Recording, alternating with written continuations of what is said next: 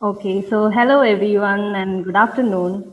Welcome to the second session of our Research Roundtable online series for this year, organized by the Department of Communication, University of Hyderabad.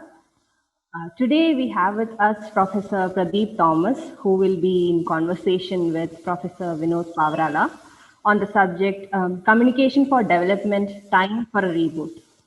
Pradeep sir is an internationally recognized scholar and academic and is currently working as Associate Professor, School of Communication and Arts, University of Queensland in Brisbane, Australia.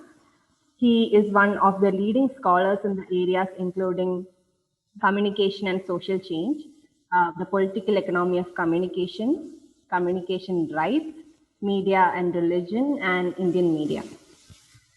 Two of his books were published in 2019. One of them deals with communication for social change in the context of social movements and the digital age, while the other book discusses the empire and post empire history of telecommunications in India. Um, Professor Vinod Pavarala is Senior Professor of Communication and UNESCO Chair on Community Media at University of Hyderabad. His research has been primarily in the areas of communication and social change and community media. So, hello Vinod sir and Pradeep sir, I welcome you to the session. We hope to have this conversation session for about 40 minutes, followed by a short question and answer session for 10 to 15 minutes. Participants who are here, you may post your questions in the chat box in Zoom or in the comment box under the FB Live event. Also, please note that the session is being recorded. Over to you, Vinod sir and Pradeep sir. Looking forward to this conversation. Thank you, Amrita. Thank you, Amrita. Thank you. Pradip, welcome to this forum. It's a pleasure to have this sort of public conversation with you on things that we have been talking about for a while. I have been following your work for a number of years, and so are many of our students and others who have now joined us for this conversation. What we thought we could do over this 40-45 minutes is to have a conversation with you broadly on communication for social change, take a little bit of a historical trip on that entire body of work, and also look towards the future on where we are headed in that field. So if you are ready, we could start with first very broad question. I mean, the field that has been called development communication for a long time and still is called that in many parts of the world is almost now 7 decades old. I mean, if you go back to the Second World War period, if we have to periodize this time into particular approaches and frameworks, what key shifts would you identify that you think students of communication and social change ought to know? I think, and again, thank you, Vinod, for this opportunity. It's very special to have this conversation with you and with everybody around, all the participants. In terms of this periodization, if you read the kinds of literature that is there, the books that are there, they're in kind of 3 distinct periods, right? You have the modernization paradigm, which is, an early one, and that's the one that I think still remains pretty dominant. And then in the 80s, or 70s, you had this kind of a critique of modernization and dependency and that kind of school. And then in the mid 80s to 90s, you had the participatory turn, right? And the participatory turn has been with us for quite some time. And of course, there's an argument that the participatory paradigm itself has become the dominant paradigm, right? There's that kind of an argument. Mm-hmm. But I think, what's exciting about the last 10 or 15 years is that there's been a distinct change in people's approaches to communications for development or communication social change. And a lot more kind of theories that people are bringing in to shine light on communication for social change, and people are kind of looking at social movements. And I think these are really important in the context of the kind of in the development of this field. Because I think the traditional paradigms are pretty static. They've lost that kind of dynamism. I think that's personally speaking. After I've been teaching this course in communication social change for the last 15 years here, and I think the new theories are interesting. The kinds of people have tried to kind of understand communication social change from the context of social movement theory, for example, right? People like Joe Taki and others have come up with new kind of ethnographies of dealing with voice, and those are the kind of interesting things. You guys have done some interesting work on community radio. I think my own tradition is my larger framework is political economy. I bring that to bear in all my writings, right? For some reason or the other, all my writings kind of gravitate towards political economy, including communication social change. So I deal with institutions. In fact, I deal with institutions. In fact, that was the thing that I wanted you to focus on, because these days a lot of big agencies, international agencies, multilateral agencies are talking about this thing called C for D, which has come to be a certain kind of institutional approach, which people like you and Thomas Tufte and others have written about, particularly from a political economy approach. You have spoken about the commoditization of behavior change communication. Right. So when you talk about communication for social change and not so much C for D, I think your own center is called Communication for Social Change Center. Is it just hair splitting over a name, or are there substantial differences between this and the institutional approach? I think there are substantial differences, because I think when you talk of communication social change, we begin with local communities. We begin with the fact that I think we're all about empowerment and voices being heard and things like that. So that's a very different approach. If you start from where people are, that's significantly different from, say, the typical behavioral change communications approach, right? We take context seriously. Increasingly over the last couple of years, I've been trying to push for that kind of, understanding context before one goes and begins a project anywhere, because the context differ from place to place, right? So there's not hair splitting, and social change is a pretty strong word, right? Which is because development is a weak word in some. Everybody talks about development, right? UN agencies talk about development. It's very rarely that they talk about. Well, I think over the last couple of years, social change has become acceptable. But really, if you look at it, governments prefer dealing with development rather than social change, right? Because social change can be threatening. It's about people, it's about their needs, starting from there and all the rest of it. Again, there's nothing, you can split hairs, but at the end of the day, it's about how one approaches a project in social change and leveraging information and communication for social change. Where do you begin? How do you involve people? What are the kinds of participatory processes that are there? In some ways, I've been lucky, looking back at my own career. My PhD was on communication development, right? And then I worked with WAC for about 15 years. And working with WAC was really formative, because we literally, there were hundreds of, at least 1,000 or 2,000 projects that we supported during the time that I was there, 15 years. And this was all about community media. Pradip, you might want to expand WAC for others. WAC is a faith-based organization called the World Association for Christian Communications. And I worked for 15 years with them. And they were one of the pioneers in terms of communication rights. They were there before most people, right? And I had some great colleagues, people like Philip Lee and Michael Traber and others who were famous ethicists and stuff like that. So with them, I kind of traveled the world and saw and evaluated communications for social change projects. And I could see the difference between a project that begins and ends with the community, as opposed to something that is kind of, there's a blueprint done in Delhi and that's kind of pushed down onto people kind of stuff, or blueprint done in Canberra or wherever else. So I think, social change is a much more dynamic concept.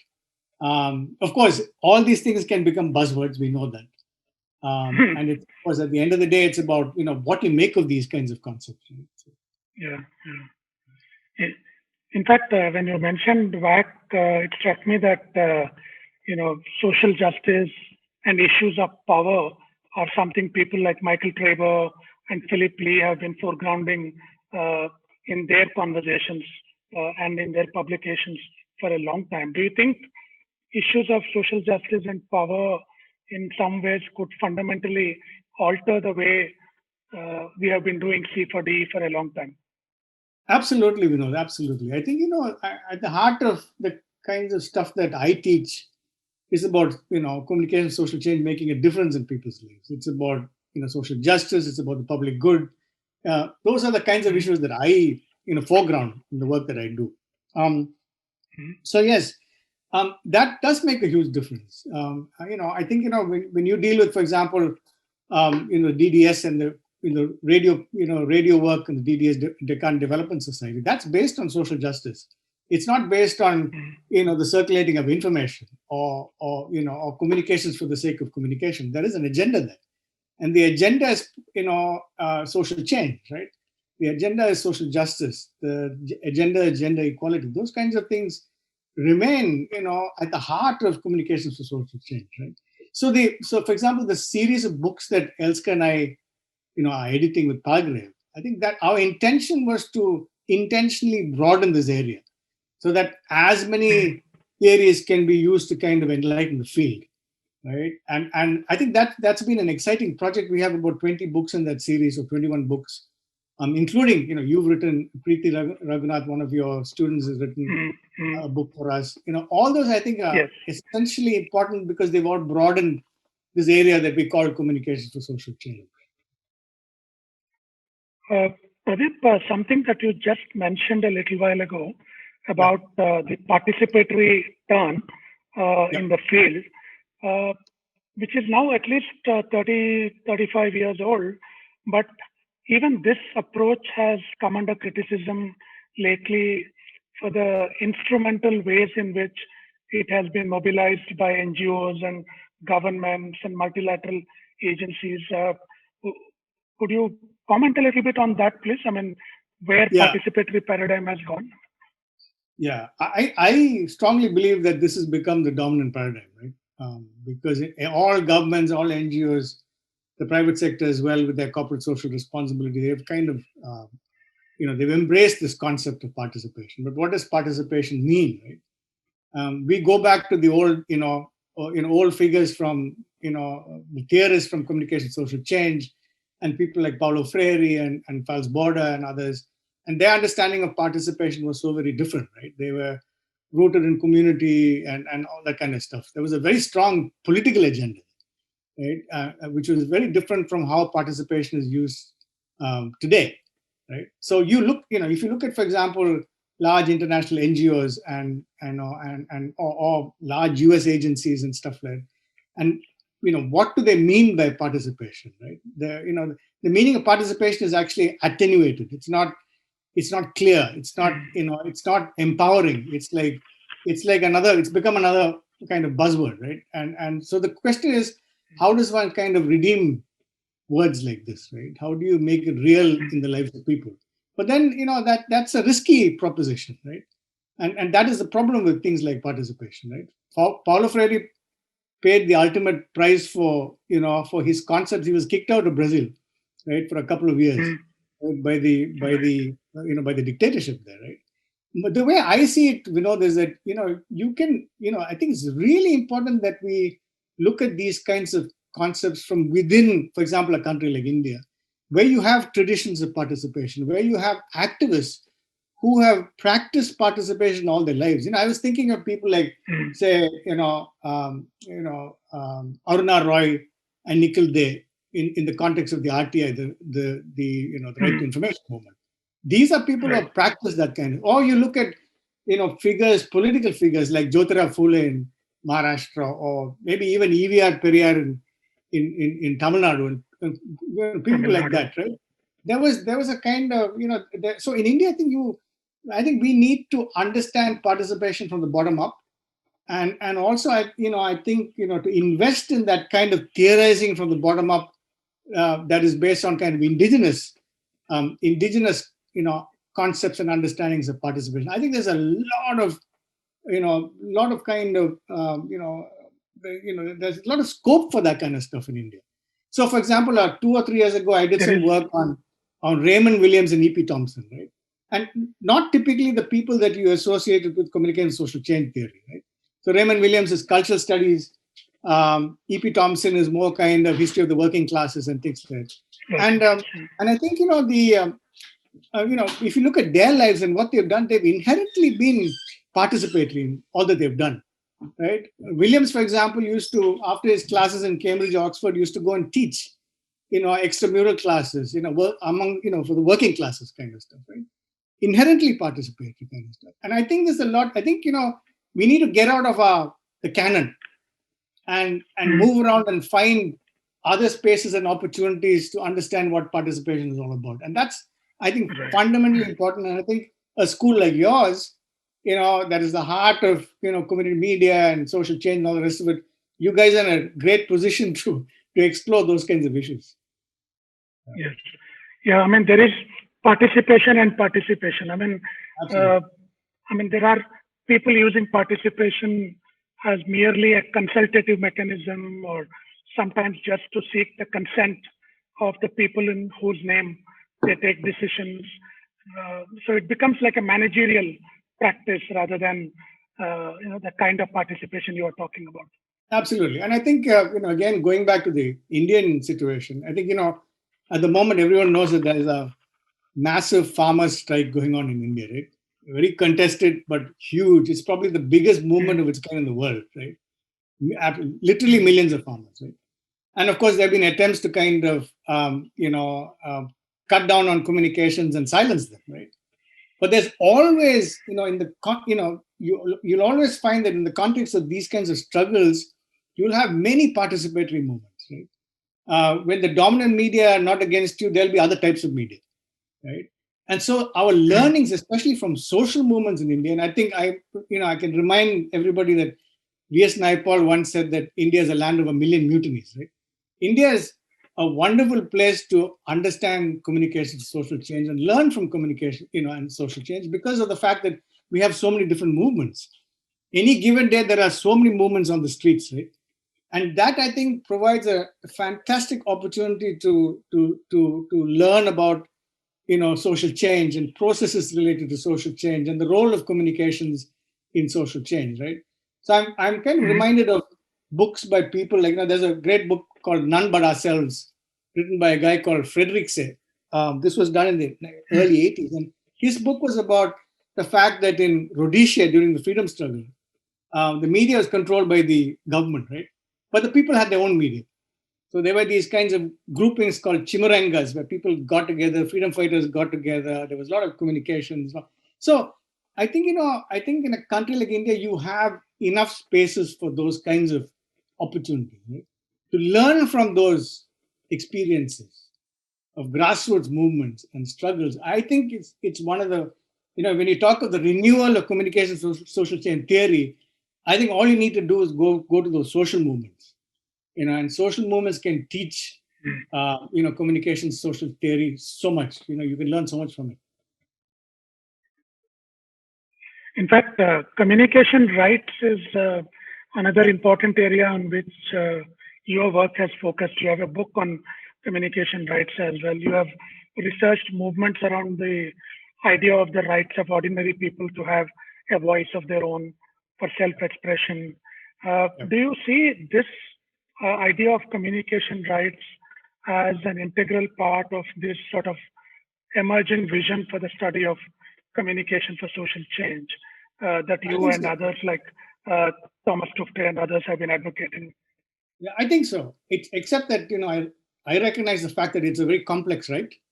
It's not as easy as the freedom of expression or the right to information, which is kind of freedom of expression. We know what it is, right? But communication rights is a kind of more, what should I say? It's a complex right. It works at different levels. It includes the right to language. It includes the right to culture. It includes voice. It includes dealing with media concentration. So it's a complex right. In Australia, communication rights has been taken over. I mean, to a certain extent, it's been it's the disability rights movement that uses that term, right? Communication rights, because of course people with disabilities have huge issues around communication rights, right? But I still think that there's a lot that one can take and learn from communication rights. And of course, today when we talk of communication rights, we also need to think of digital rights, and so on and so forth, right? So the term itself, although it's called communication rights, I think you can kind of you need to keep adding to it because of the fact that the world around you is changing. Today, of course, people are talking about the need for, say, digital literacy, right? And social media literacies, for example, and so on and so forth, right? That's also, I think, part of a communication right. The right for us to know how to deal with social media kind of stuff, right? And that's become increasingly evident in the context of our platform economies, and the fact that these platforms have led to fake news and misinformation and malinformation and all the rest of it, right? So the whole idea of how do you kind of deal with the communication rights that is in context, right? That reflects context. And our context, of course, is very different from, say, 20 years ago, the time of the analog era, right? Mm-hmm. Today we are in the digital era, and therefore, how do you deal with communication rights in context is one of those big issues. Yeah, you have written about free and open software movement, for example, as part of this digital rights movement. No? Absolutely. I think, communication rights, I remember a number of years ago, when I was working with WAC, we had a hearing at The Hague, and this was with Sis Hamling. And this was on communication rights. And we had 5 case studies. And one case study was on, and I think the person who organized that event was Ariel Dorfman. Some of you may know Ariel Dorfman, who wrote that famous book, How to Read Donald Duck, and later became a very well-known. He was a real well-known intellectual actually, and there were 5 case studies. One was on the Berber language in North Africa. Another one was on the right to the right for disabled people to have communication rights, etc., etc. One of the fascinating things about that particular meeting was that there was a very well-known linguist by the name of Tova Skutnas Kanger. She was there, and she made links between the right to language and the right to biodiversity. Right? And language rights. She put it in a very interesting way. She said, "Look, languages name the world into existence, right? And once a language goes, you're losing huge amounts of knowledge, right? So the connection between language and biodiversity is really, really clear, right? So at the heart of communication rights, you do have those kinds of very elemental rights, like the right to language that UNESCO and others support." Yeah, I mean, you when you talk about communication rights, there is also the issue of access to information infrastructures. I mean, it's something that you are now working on for an upcoming volume. But people like Mohan Datta have also been talking about the need for voice infrastructures to be made accessible to people at large and so on. Can you say a little bit about your work on this information infrastructure? Is it mainly from a political economy perspective that you are looking at no, these infrastructures? So basically I've been, I kind of work in spurts. So when I start writing something, it just, I continue writing for a while. So I've been writing this kind of a volume on information infrastructures in India, and then that's continued to dealing with platform regulation. And so I've been also working on 4 case studies on how platforms are regulated today. So the book on infrastructure basically looks at different types of information infrastructures in India, from the colonial days to, for example, from the surveillance infrastructures to broadcasting, to cable, oceanic cable, to satellite, things like that, right? And what I've tried to do is actually connect the theory of infrastructure studies to political economy and social change. So that's what I've tried to do in that book, really. Infrastructure studies, critical infrastructure studies is actually quite enlightening. It's a kind of enlightening theory, really. I mean, it's fascinating in many ways because it connects cities to technology, to social change, etc. And there are some wonderful critical academics in that sphere. So I thought that it'd be a good idea to kind of introduce infrastructure theory into communications, into dealing with communications issue and infrastructure, especially information infrastructure issues. In India, people have done work on traditional infrastructure. For example, there's been some really good work on the water infrastructure in Mumbai, which is fascinating. I mean, if you look at it, again, this is a colonial project, right? The water infrastructure. But it is a complex and complicated project. There are these, in Mumbai, you have these 7 or 8 chaviwalas who go around with their chavis, with their keys, and open locks and all these kinds of things. It's an amazing kind of project. But infrastructures also, by their very nature, are contested. And, as a political economist, I'm very interested in the fact that these things are contested, right? So if you look at, for example, Maoists in India, they are anti-infrastructure, right? Many of them. They attack, infrastructure. They attack roads, they attack telecom, installations, etc., etc. I find that contested nature of infrastructure a fascinating thing to deal with. So, and then of course, and of course, reading, there was very little on, for example, satellites. There's very little on cable, for example, oceanic cable, and yet 95% of our data traffic goes through oceanic cable, right? And the funny thing about infrastructures is that most of the time it's invisible. Information infrastructures, it only becomes visible when there's a fault.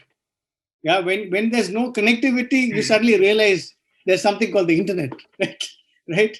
And those kinds of issues I find really fascinating. So. And the issue of ownership, management, access, the democratization of these infrastructures, that's quite fundamental to communication for social change as a domain, right? I mean, yep, absolutely. But of course, when you deal with these kinds of infrastructures like satellite, these are completely run by the government. Completely. And then, of course, oceanic, it's funny because if you look at infrastructures in India, you'd think that something like oceanic cable, submarine cable, where, the government would be sitting on top of it, because 95% of our data traffic goes through it. And yet, that's not the case, right? It's completely run by, the big corporates, like, Tata's and Reliance together own a lot of cable around the world. In fact, I think Tata's are the leading company in terms of ownership of oceanic cable, right? So it's a pretty light touch. I think BSNL is involved in some way, but it's privatized. Oceanic cable stuff is completely privatized, which I find really fascinating. So yeah, I mean, it's about access of these things. Yeah. I think you can argue that satellites and all that has been done. I mean, like the famous site experiment and things like that, where there was an attempt to use satellite for educational purposes, etc., etc. Yeah. Right? So you had that experience in India. The question is, as these technologies become even more ubiquitous, right? To what extent will they be used for those kinds of purposes as opposed to commercial purposes? So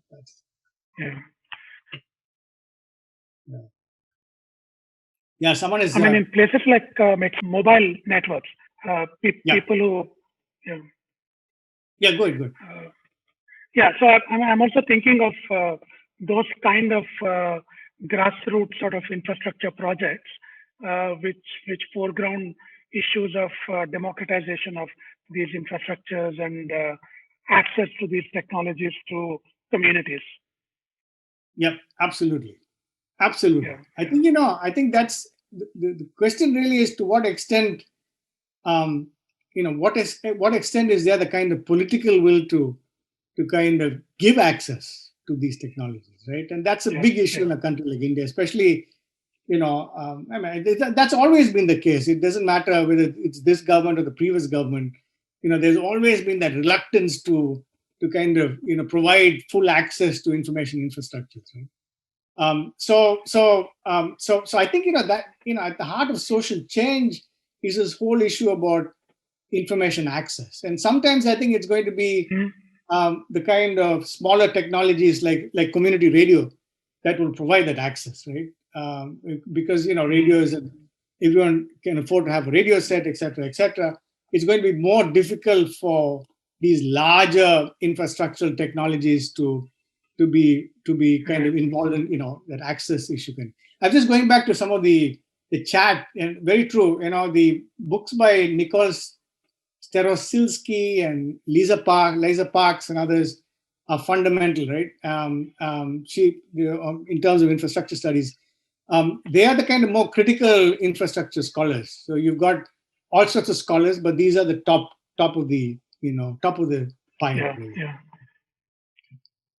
Pradip, from the sort of more political, I thought I'll draw you into a conversation on the epistemological issues in communication for social change. I mean, you have written in a number of articles and other places about a theory of change that needs to be foregrounded in this new approach to communication for social change. I was also looking at your recent article at a slightly different level in Communication Theory journal, special issue, where you have written about imperialism of categories, where you write about the need for de-Westernizing communication theory, especially in the field of communication for social change. So what are the implications of such a move for those of us who work on social change communication in the global south? I mean, this idea of countering imperialism of categories, evolving a new theory of change, a new epistemology. So your thoughts on this, please. Yeah. So Vinod, I think the issue here is about, you don't want to throw the baby out with the bathwater, right? We in communication social change, much of the stuff that we deal with is inherited, and mainly from Western scholars, or some of the better ones are from Latin American scholars, right?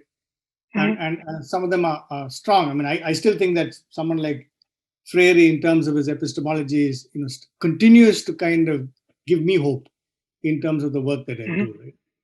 But when you, for example, deal with, say, a concept such as the public sphere, right? What does it mean in the context of India? What does the public sphere mean? Right? What is it? Is that the same meaning that we have in of the public sphere in India as it is in Germany, where it originated? Right? Or are there different ways to understand the public sphere in India? How does one kind of ensure that these concepts are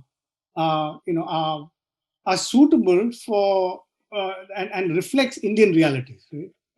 Because of the fact that I strongly believe that India and other countries around the world have their own traditions of participation, have their have concepts that one can use to make sense of a country, right? Make sense of social change, make sense of gender issues. Why aren't we dealing with all that? Why is it the case that we are in a situation where we are always kind of reliant on these inherited theories and inherited concepts, right? So some of these concepts travel well, others don't travel well, right? That's how it is, right? If you try and use a theory that that was kind of devised in the West, in India, bring it, and it may not work, right? It doesn't have to work, kind of stuff, right? At the same time, there's a lot of good that some of these critical scholars have come up with, whether it's from from the West, right? There's no reason why you can't use it. I use, for example, David Harvey's work. Because David Harvey is he's a geographer and a political economist, and I kind of gravitate towards that kind of thinking. But he, for example, this whole concept of accumulation by disposition that he uses is a very interesting concept that can be used, in the context of understanding Indian realities, right? Especially if you are working among the marginalized and all the rest of it, right? To make sense of what they're going through, these kinds of concepts can actually help you. So I'm not saying that all concepts are terrible and shouldn't be used. I'm saying that some of the ones that have become buzzwords, can be used without thinking through, what it really should mean in the context of India, right? And I strongly believe that in India, with the varieties of interventions that are there in India, that there has to be ways of dealing with these types of concepts, of making sense of these concepts in context. Right? That's the key thing. So that was In what this I was. article, Yeah. in this article, I mentioned you were talking about the Iruvas in Tamil Nadu. That's right. And there are scholars like Sousa Santos talking about epistemologies of the South. I mean, do you want to talk a little bit about that example of the Iruvas and reflect a little bit on this epistemologies here? Yeah. So I think I think all cultures have got epistemological traditions, right? That they rely on. Their understanding is based on those kinds of traditions. So the Irulas, of course, people know that the Irulas are originally they were kind of snake catchers, right? And the reason why I got interested in all that is because I like snakes. So when I go to Chennai, when I have nothing better to do, my brother and I go and do some snake hunting with these Irulas, right? So there have been occasions when I've gone to visit Irula villages and hamlets and talk to them about these. And it's when you actually talk to them that you realize that they have they've got knowledge about nature, and they've got knowledge about traditional plants. They've got knowledge about snake bite, what do you do with snake bite, and so on and so forth, which are pretty, their medicinal knowledge is incredibly extensive, right? And yet, I think the issue, of course, with these kinds of things is that, there are some epistemologies that seem to be more, what should I say, more important than others, right?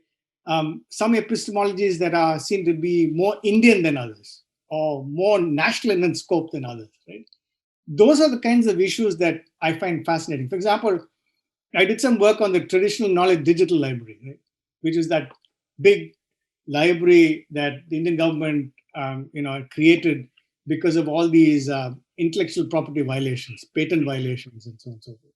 So in that particular library, you have, I think, 1 million pages on Ayurveda, on Unani, on yoga, etc., right? But there's nothing on these indigenous traditions, right? These small traditions are outside of this. And the question for me is it because these small traditions have not been monetized, right? And of course, someone like Baba Ramdev has kind of commercialized Ayurveda. Yeah, you can get, even your toothpaste is Ayurvedic today, right? So there is that kind of commodification that happens. At the same time, I think there's a lot of, there are lots of small traditions with very rich epistemological traditions that are not in the limelight, right? They're not in the public. Maybe that's a good thing, because if they come into the limelight, they can be commodified and commercialized, etc., right? So, but that, it's only when you go and talk to these people that you realize that they've got really rich histories, right? Rich tapestries of knowledge, right? that these folks have. And those tapestries of knowledge have, helped them a lot as they dealt with change. But I think they're now at a time when the change is inexorable, right? It's been accentuated. There's accentuated globalization happening. The country itself is changing rapidly. They're being pushed, everywhere. There's no space for them to stay, to live, right? Those kinds of things have happened, right? So the epistemologies are also under threat, right? It's like, for example, Aboriginal epistemologies in Australia, right?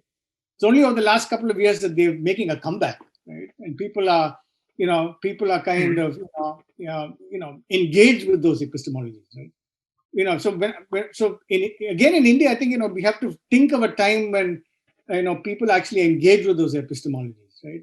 And that people actually value those epistemologies, despite all the changes that are happening to them.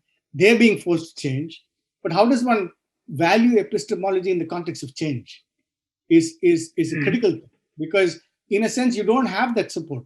People don't value those epistemologies, right? So you're trying to make them modern, right? You're trying to give them this and that and all the rest of it, right? You're trying to give them freebies. For example, in Tamil Nadu, you give them freebies, right? And the freebies are supposed to make them modern.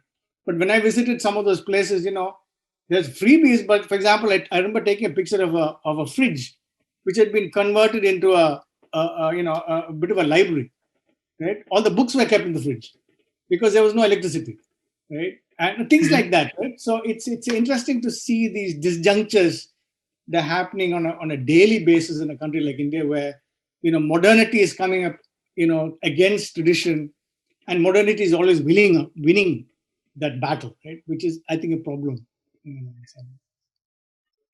And Pradip, I think when we talk about de-Westernizing, modes of thinking, one also needs to distinguish between indigenous forms of knowledge that you are talking about and a more sort of nativist turn that some of this has taken in the contemporary context in India. I mean, where, glorifying some kind of a mythical past and, the claims that, India had everything and in some ancient times. And, I mean, it's important to distinguish between, what you are talking about, which is very critical, and something like this, which becomes a very nativist kind of an appeal. You're absolutely right, Vinod. I mean, of course, that is of great concern to me as well. The fact that you have these nativistic theories, and it's a problem because with these nativistic theories, they do not allow for any critique. So you've got to be you have to be an insider. Outsiders can't critique it. There are all these kinds of issues, right? Nativistic theories are really problematic, and all these fundamentalist groups everywhere, they love those types of theories, right? And I think they are problematic because they restrict any conversation. You can't have a dialogue. They are in a sense, it's about, it's a kind of fake news that they, and there are these kind of QAnon type conspiracy theories at the heart of some of these things. The belief that, Indian traditions are being trodden upon, and we were the kind of inventors of the internet, and we were the inventors of airplanes and all those kinds of things, right? So it's like it's you can where do you kind of end up with that kind of thinking, right? It doesn't help you in any way. It might that discourse actually submerges the little traditions you are talking about. Absolutely, and I think the little traditions are living traditions.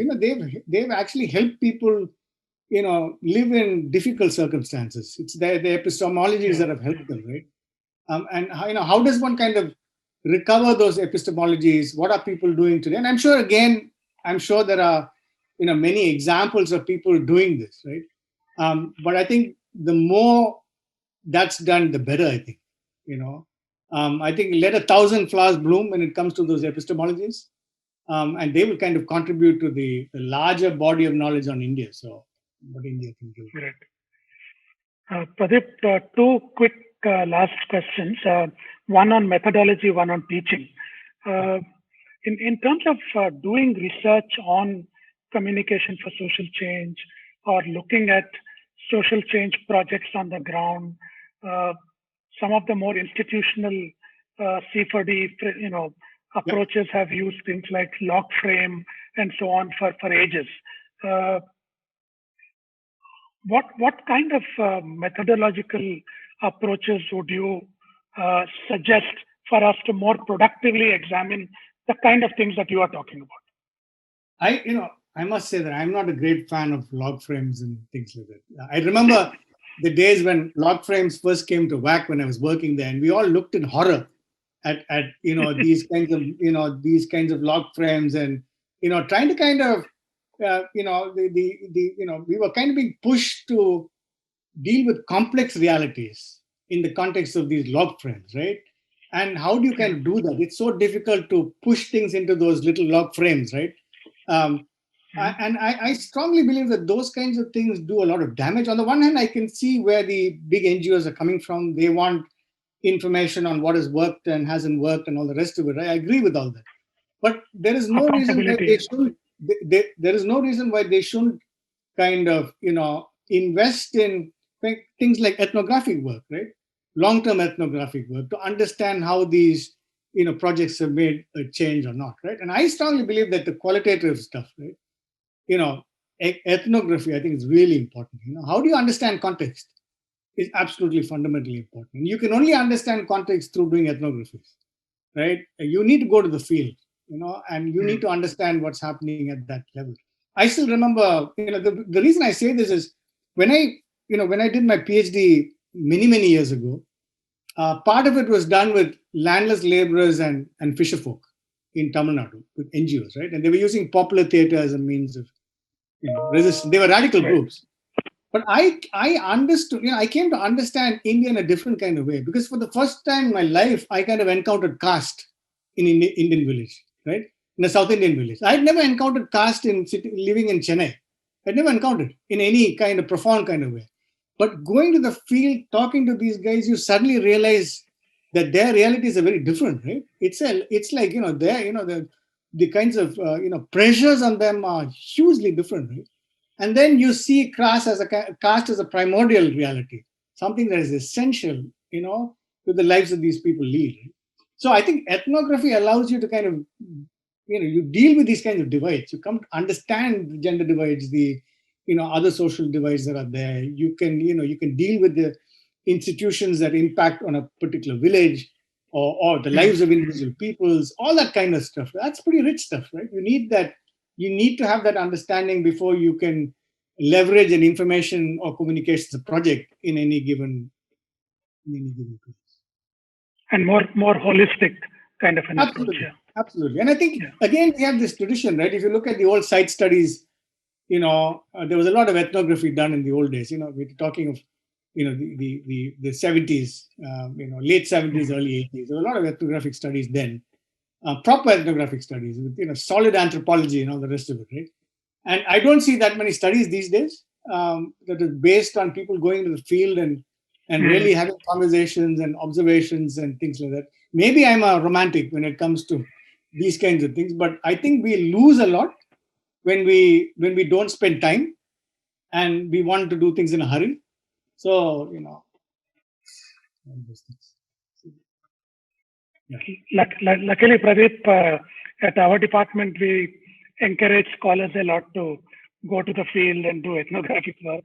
We are happy with some of the younger scholars who are spending a lot of time in the field. I mean, we are quite pleased with that. One last question from my side, Pradip, to do with teaching. I mean, teaching communication for social change or communication for development, whatever you may call it, especially in India or more broadly in the global South. I mean, there's constantly dilemmas about what do you include in the syllabus? I mean, what do you make students read?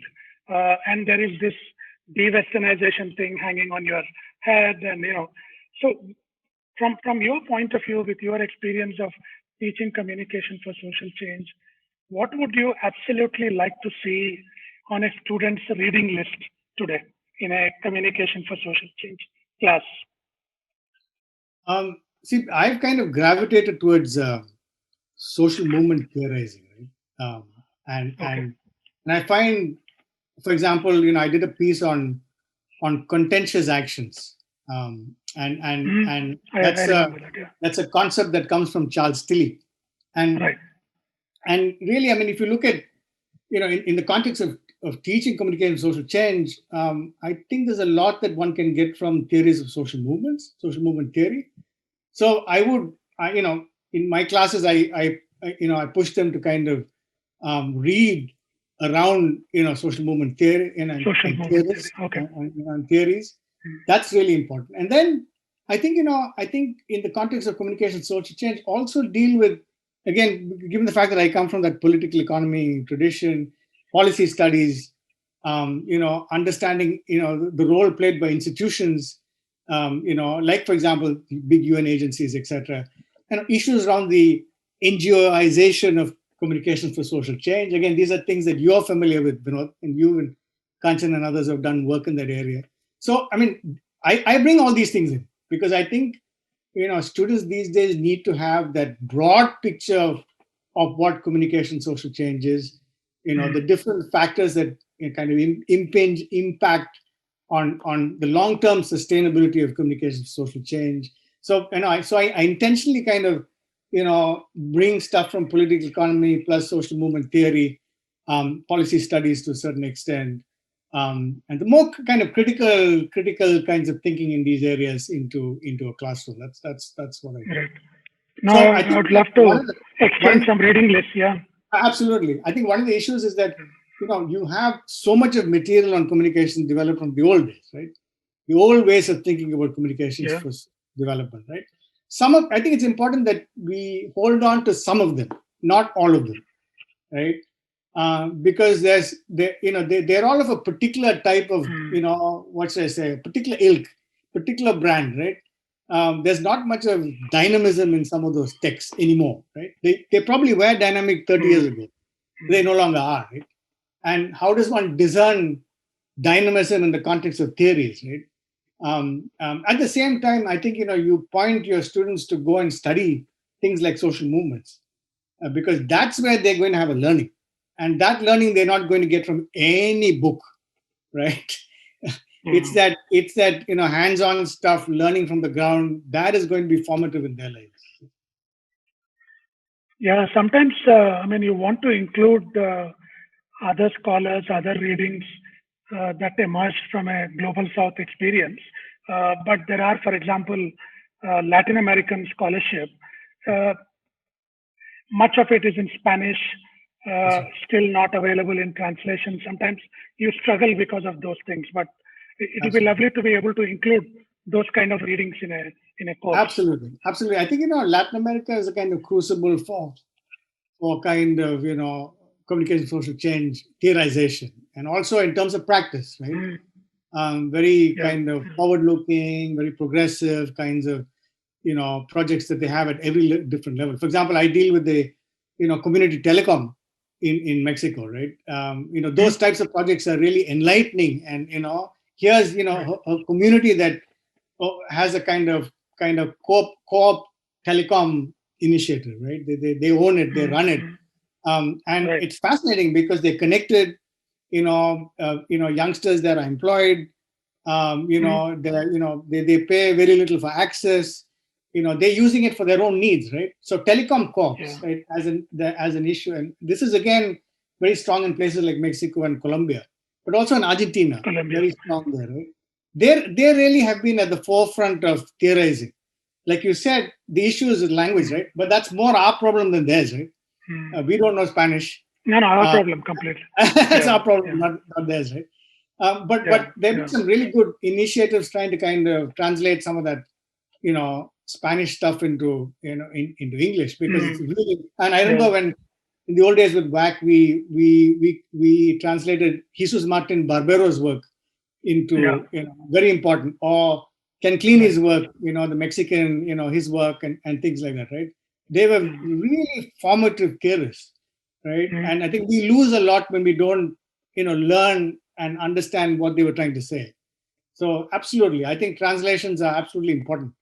But at the same time, I wonder, taking this back to India, whether the same thing needs to be done for some of our local theorists who only speak their local language, and whose work needs to be translated so that that kind of information gets out into the larger public.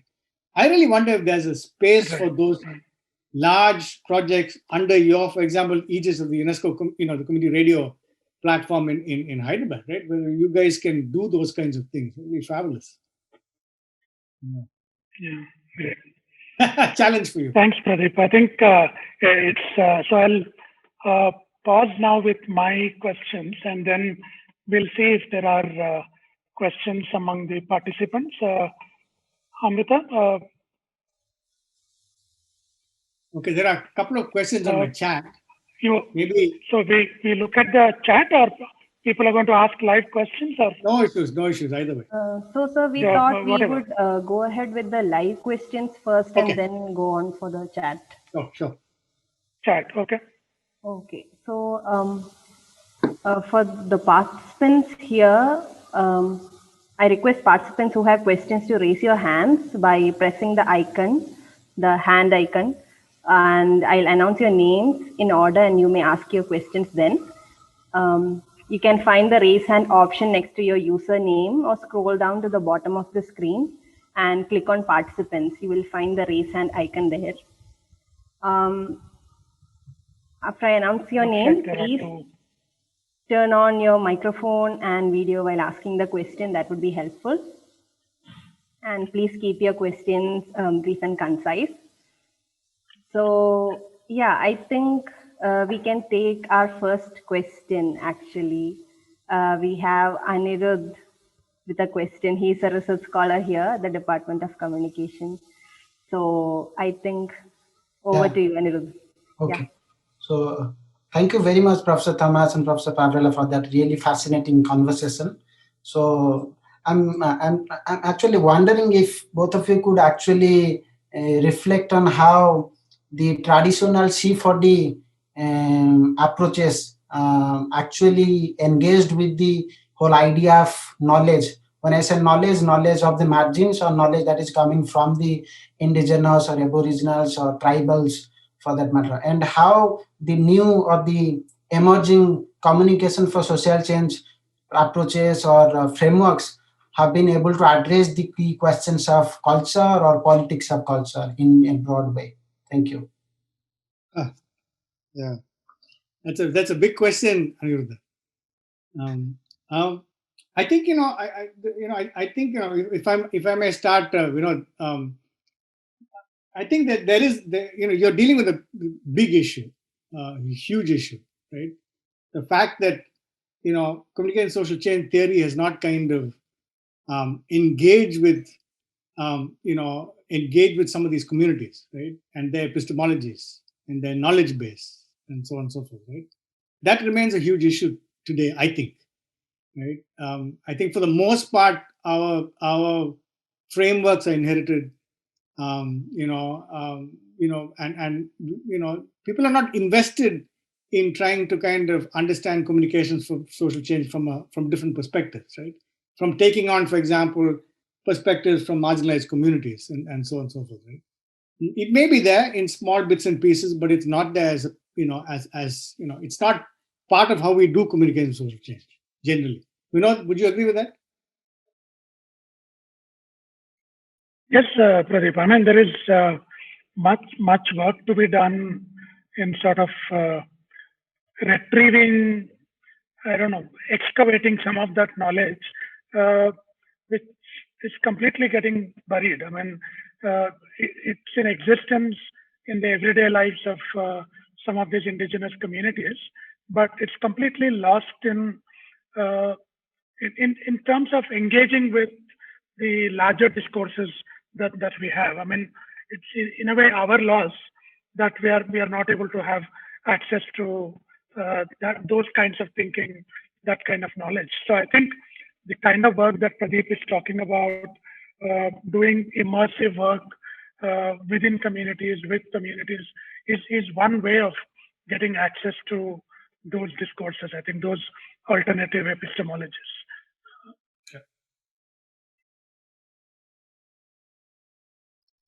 Thank you, sir. Thank you. Okay, so we have the next question from Sneh Gupta, actually. Sneh Gupta, if you could just switch on your microphone and video. Am I audible? Yep. Yes. Yeah. Thank you so much, sir, for this session. My question is, how can we use the approaches of nethnography to do meaningful C4D researches in India? That's a tough one. I don't know too much about netography. I guess, that I think a lot of people, I think given the times that we are living in with COVID and things like that, right? A lot of people are using, the net and the resources of the net to get on with research, right? That's become a reality for a lot of students I know. A lot of PhD students who can't go back and do field work, they've been pushed to think of a plan B, right? And the plan B includes these kinds of, using these types of opportunities, right? New opportunities. Now, to what extent are these, can these opportunities really contribute to knowledge, to your knowledge base, right? Because of the fact that you're not physically there, you're not talking to people, these are secondhand, you're having conversations, maybe, you're having interviews, etc., etc., etc. I think more and more, I think there's a case for these types of interventions, right? Because you don't have much of a choice, right? If you want to do research, you don't have any choice but to do these kinds of things, right? So I think, I think the jury is still out. We are talking of really early days. when people are doing these kinds of things. And I guess there'll be a reckoning, there has to be a reckoning with these types of technologies, right? One of the issues is what you gain and what you lose, when you're not physically out there in the field, right? How much of, typically when you go and do an interview in a field situation, you're getting so much of information, right? Even the information that you don't want to hear, right? Whereas with these kinds of things, the possibility of information being very limited is real. And that's because of all the constraints that you guys face as researchers, right? And so on and so forth, right? So whether it's focus groups, I think, I think slowly you're going to get a, body of knowledge emerging of PhD students actually doing, net-based research, right? And I'm sure that, but I think it's going to take time because it's early days, right? We have to evaluate these kinds of things. Because of the fact that we always evaluate our fieldwork, right? When we go on actual fieldwork, that's always evaluated, right? How are we going to evaluate the information, the data that we collect through over the internet, right? Or through online means, right? I think that's, I really feel that we are at a very early stage of that process, and that it'll take a couple of years before we have really good information on what to do and what not to do, and what techniques to use and what not to use, and so on and so forth. So that's maybe that comes out of ignorance. I haven't done any of this work online, so I wouldn't know really. No, you're right. Use it if you must, but with full awareness of its limitations. Yeah. What it can provide you and what it can't. What Pradip was talking earlier about getting access to the context, understanding a situation holistically. Yeah, some of those you might miss. You might still get data. Yeah, you can record interviews and do something with it. But so you have to use it if you have to, but use it with full awareness of its limitations. I think is what we are saying. Yeah. But Sneha, at the same time, I think students are in a situation where they don't have much of a choice. Right, right, sir. As a scholar, right in that space right now, wanted to do something meaningful and not just for the sake of doing it on the digital space. I would want to know from guides and professors like you that what, according to you, is going to be then meaningful if it is done on that space. Right. I think I've got one or two of my students who are doing stuff in this space, and I think one of them is part of this audience. And she's working in Kenya, in the slum communities in Kenya, but she's doing it completely online, much of the stuff, right? And of course, that's my first student who's doing this kind of stuff, right? Because all my other students went out and did their fieldwork, right? So it's for me, all these things are pretty novel, right? For not only for you as a student, but also for advisors, right? How do you kind of advise students in terms of what methodology to use online, right? When most of us are pretty ignorant about these things online as well, right? We're not used to it, and I'm not used to it. I don't know. Vinod may be better equipped to deal with these online methodologies, but definitely I am completely ignorant when it comes to those methodologies. So I can tell you that's Sneha. So I'm also learning. No, it's a new learning for all of us. It is. Let's see what generation of scholars bring out with netnographies. Yeah. Anyway, I wish you every best with your netography. Thank you so much, sir. Okay, so next we have a question from Devina. Devina is also a research scholar at our department. Yep. So Devina, go ahead. Sure. Thank you so much. Thank you for doing this talk, Pradip sir, Vinod sir. In your discussion about communication for social change and how India can play a leading role in this discourse because social movements are big in India, may I also ask you to talk about how early career researchers from India or Global South could, for lack of a better word, decolonize, de-Westernize communication in media studies. And this while we give due respect to local regional living epistemologies. What was that last bit, Devina? What was that last sentence that you? I'm sorry, I might have a network lag. we give due respect to local, regional living epistemologies? Yeah. Well, again, these are, again, I think, at the end of the day, this is about conviction, about students wanting to do things differently, right? That's the key thing. How does one do that in the context of the kinds of institutional spaces that we all inhabit, right? Where there are certain epistemologies floating around, how does one get outside of that? How does one go beyond that? How does one, and I think for that you need to be curious, right? And I think as a researcher, that's the key thing. How the curiosity should kind of follow you for the rest of your life, really. And it's about wanting to know how other people think of a certain reality, right?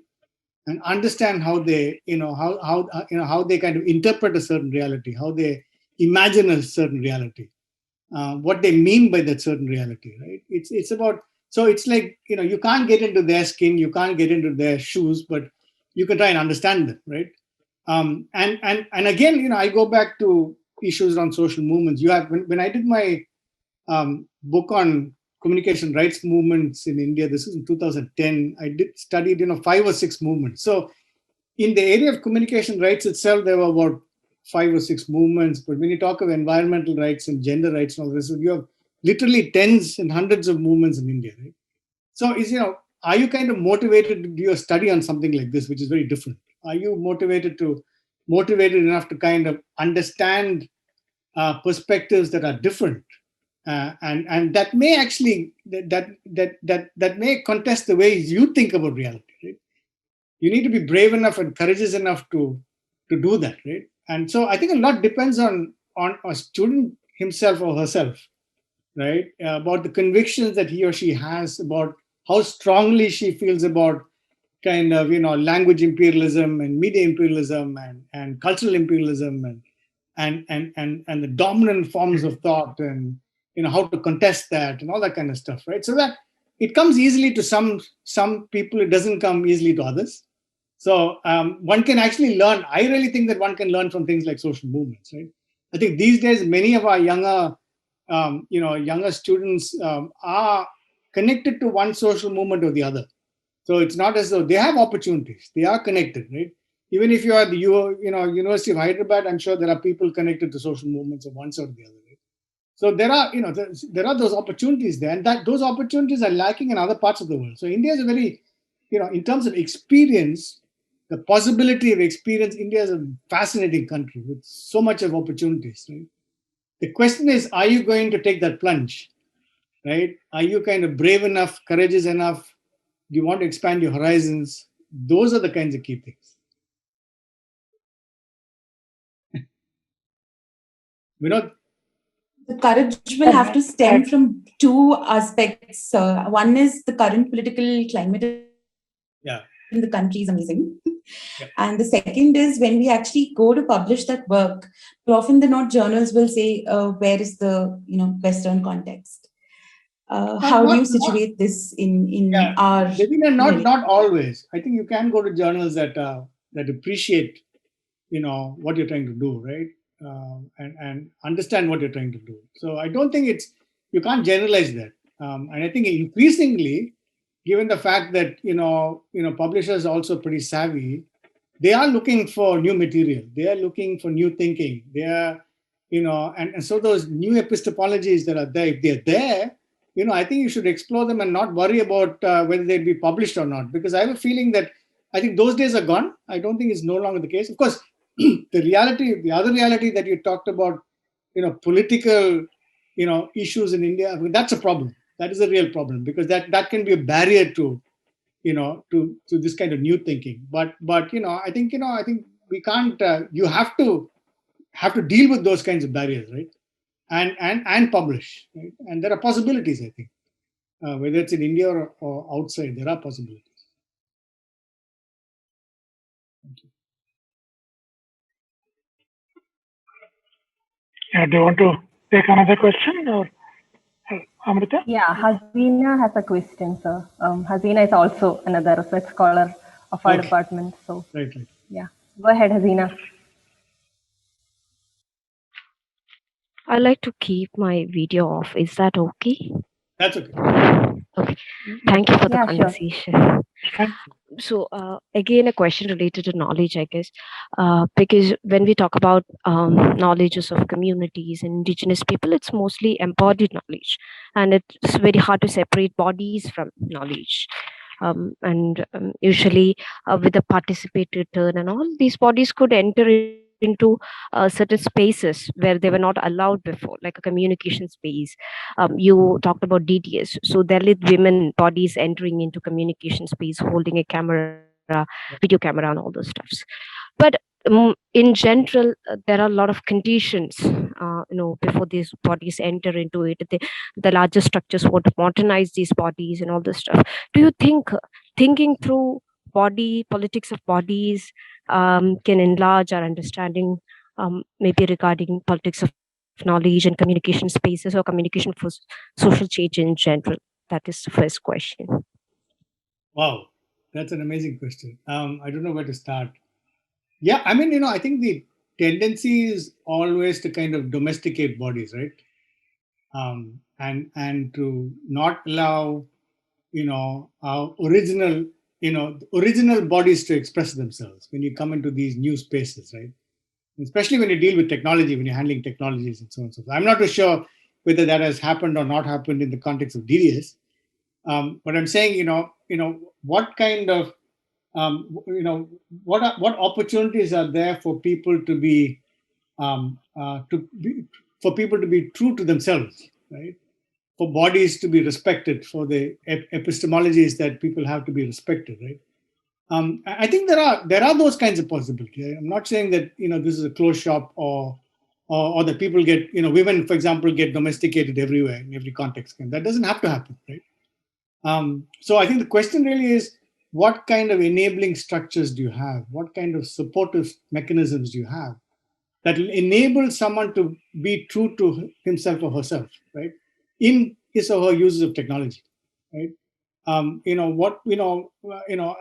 that that person doesn't lose his or her human dignity in the processes of dealing with technology in social change. Right? So I think fundamental to those kinds of questions is not about the person with that technology, but the enabling environments that are supportive of respecting you as a person, right? Respecting your personhood, respecting your dignity, respecting your knowledges, respecting what you have to say, and those kinds of things are fundamentally important, right? And that's, I think, to me, that's the key thing. If you don't have those enabling environments, then you're not going to get very far. Mm-hmm. So, can you ask one more question? Like, sorry, I think there are some questions in the chat. Maybe yeah, Amrita and others like to look at them also. Yes. Yeah, you can put a question in the chat, Azina. Maybe Pradip can take a look. Sure. Sure, sir. Okay, sir. So since we are running out of time. Okay. No, sir. Were you going to say something? No. I think you have to choose the questions from the chat. Yeah, if you want to Actually, one or two questions from the chat, maybe together, and then Pradip can answer them at one time. Yeah.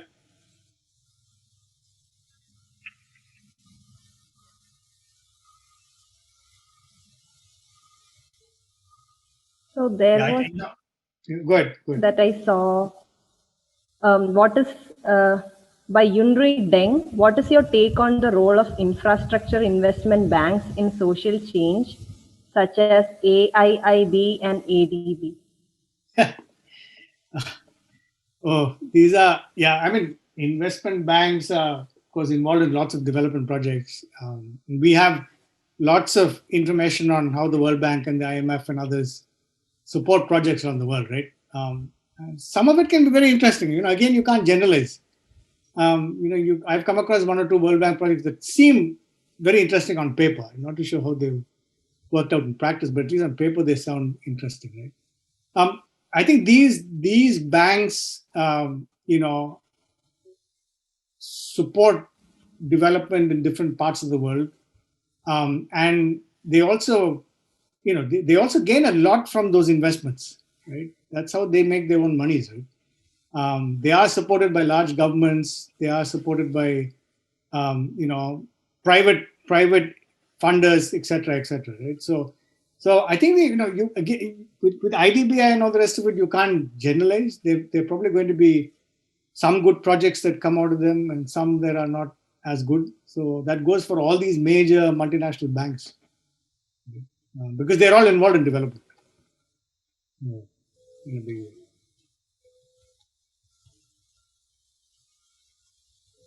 Anything else, Amrita? Yes, sir. Actually, there is another question by Ashes on epistemological poverty. Just a second. Since you are reflecting about democratization of communicative space, community participation and development, don't you think our communicative space has become directionless in the age of digital media? If so, then how are we going to deal with such a challenge where many a times we are failing to assert ourselves as a community? I think that's a fundamentally important question. I mean, the whole issue of digital literacy is extremely important here, extraordinarily important. And I really think that we've lost the plot in terms of losing out on the need for any of this digital literacy, right? In the context of the there's been a major inquiry in Australia called the Digital Platform Inquiry, right? And one of the recommendations Australia in that particular inquiry is that schools now have to schools involved in media education have to include digital literacies, right? Because at a school level, if you understand how to deal with with fake news and misinformation, etc., that'll make it so much easier for you to negotiate news and views as you grow up, right? And you can also understand the political nature of news gathering and news sourcing and all the rest of it, right? So I really think that I don't think our communicative spaces has become directionless. I think there are lots of pressures, no question, but at the same time, the way to deal with this is through digital literacy. There was a time when media literacy was big in countries like India, right? And then it went through a kind of decline. It simply has to come through because most people don't know how to use WhatsApp, right? Most people don't know how to. You take WhatsApp messages for granted. People can send rumors around, etc., etc. It's very difficult to negotiate these things if you don't have some basic literacy. Right? How do you do that? At what level do you do this? Is a big question. There used to be a time when media education used to be, done broadly across sectors in different parts of the world, and maybe that's the way to go, to bring back a media education that includes digital literacies as well.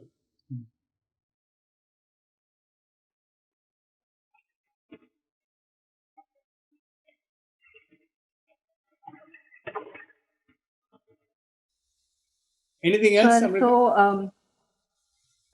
Actually, Usha ma'am had one last question. I think we have a bit of time. Okay. So Usha ma'am, if you can that will be the last question for the Q&A session. Yeah. Yeah, thanks, Amrita. Actually, I'll keep it very short, and it's more in the nature of a provocation than a question. Yeah. So I was thinking back to the notion of language and vocabularies, and the need to sort of appropriate some of these terms in our own context, and secondly to invent new concepts to think with. And I think with apologies to Vinod, who is part of this anthology called Concepts to Think With. But I'm wondering if it's time, for scholars from alternative spaces, from the global south, to actually put together a set of keywords. Absolutely. What do we mean? And very often the limitation is we're trying to fit our new understandings into the old concepts, or into the old categories. So, if we need to develop and invent new categories, maybe we need to then work, on a set of keywords that then also become part of our pedagogy. Absolutely. I think you're completely right, Usha. Yeah, I mean, that would be a wonderful project that you take on. I mean, now that as part of IMCR, they'd love something like that, right? Imagine, in that IMCR book series, if you have a really, a strong book on keywords that deals with, from the global south. Yeah, from the global south, that'll be fascinating. It'll mean, of course, I think the key thing that needs to be done is to ensure that it's as global as possible. It is representative of all the major continents, and especially the marginalized communities, right? Marginalized groups in those continents, right? And that could be a rich, body of knowledge, really, that will help, in terms of, young researchers and scholars. That will be fascinating because, the kind of insights that you can get from those types of keywords, you're not going to get anywhere else, right? It's going to be as simple as that. So it's a project, Usha, that you've got to think seriously about. I'd love to get involved in it as well. But as guys at the University of Hyderabad, you're in a very central, location from where you can do that kind of work. So yes, go for it. I'd be very happy. One more thing. Usha, there's a project. One more. Yeah. Yes, Usha. No, I was just saying one more project. Not one more project. Yeah. But yeah, I think, I really think that time has come for these things. I mean, I don't think, because, we've done all the other readings and all the rest of it. We know what some of the controversies are, the contestations are, all the rest of it. Yeah. And why? I mean, I think this is this is a risk worth taking. Because of the fact that you need to have, like you said, you need to have new knowledges, right? You need to have new ways of thinking about old realities, right? And new realities as well, right? And you simply have to, try and come up with, these kinds of, texts that make a difference in people's lives. So go for it. Yeah.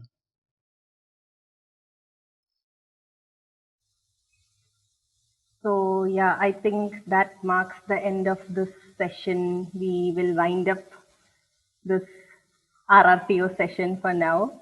So I have to thank you, Pradip sir, for this enriching conversation. Thank you, Vinod sir, for bringing up so many interesting questions. I think we have mapped many shifts in the field of development communication and communication for social change. I think we have talked about political and epistemological questions. I think we have talked about snake bites and Ayurveda also. So all about de-westernizing and all that. So again, thanks to all of you who participated in the session. Thanks to the experts. Thanks to the professors. And I apologize for going over time, but I think it was worth it. So hope to see you all in the next session, I think. This is it. Signing off. Thanks a lot, Pradip. It was a pleasure having this chat with you. Yeah. And thank you, Vinod. It's a wonderful conversation. Thanks so much.